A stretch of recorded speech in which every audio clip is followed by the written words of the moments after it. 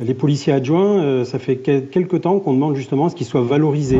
Notre collègue de 25 ans est un policier adjoint. Vous savez, les policiers adjoints, ils sont payés 1 500 € par mois. Ce sont des contractuels et ils sont payés à peine plus cher qu'un animateur de club de vacances. Moi, je lui tire mon chapeau. Les policiers adjoints, ça fait quelques temps qu'on demande justement à ce qu'ils soient valorisés dans les actes de courage et dévouement parce que vu qu'ils sont contractuels, ils n'ont pas les mêmes droits et devoirs que les policiers actifs, j'allais dire. Donc, notamment sur les accidents du travail ou voilà sur les articles 36, comme on dit, en fait, ils sont souvent oubliés. Donc ça, c'est très bien que le ministre le décore. Sur une action de police, comme on l'a vu, vous savez, quand vous êtes en état de légitime défense, c'est là où on voit qu'on a laissé, entre guillemets, une chance à la personne, puisqu'il a fait des sommations. On n'est pas tenu de faire des sommations quand on est en état de légitime défense. Donc en fait, on voit bien que là, il n'y avait pas l'intérêt de tuer, entre guillemets, l'individu. D'ailleurs, on dit neutraliser, parce qu'on ne cherche pas la mort de l'individu, on cherche à le neutraliser pour que ce soit plus dangereux pour nous-mêmes ou pour autrui. Voilà, donc ça, c'est le décor est planté, et effectivement, moi je tire mon chapeau, et ça fait du bien, oui, ça fait du bien d'être récompensé, et non pas titre posthume, comme on a trop souvent l'habitude de voir. Dès lors que vous mettez votre vie en jeu, qu'effectivement, vous avez fait un acte de courage et de dévouement, je trouve que c'est pas inopportun, effectivement, d'être récompensé au titre de notre travail.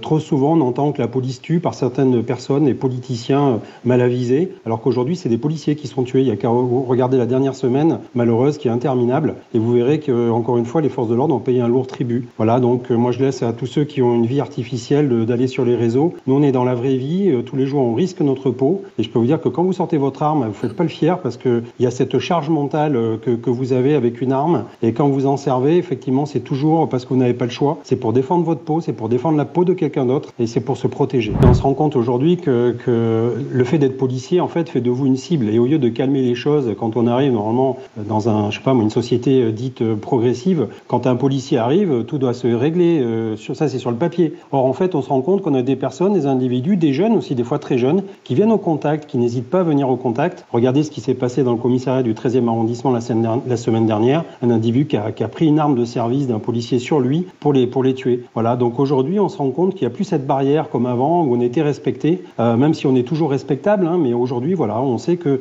cette petite sonnette, cette petite musique dans la tête des gens, que la police tue, qu'on est là pour leur faire du mal, les radicalise quelque part. Et en fait, il n'y a plus cette peur du policier, et nous, ça nous désole, parce que forcément, sur le terrain, comment on fait ? On est en première ligne et on ne doit pas se laisser insulter, ni se laisser menacer de la sorte. Donc effectivement, quand on intervient, on est toujours dans le cadre de la loi. Et ça, il faut que les gens le comprennent bien.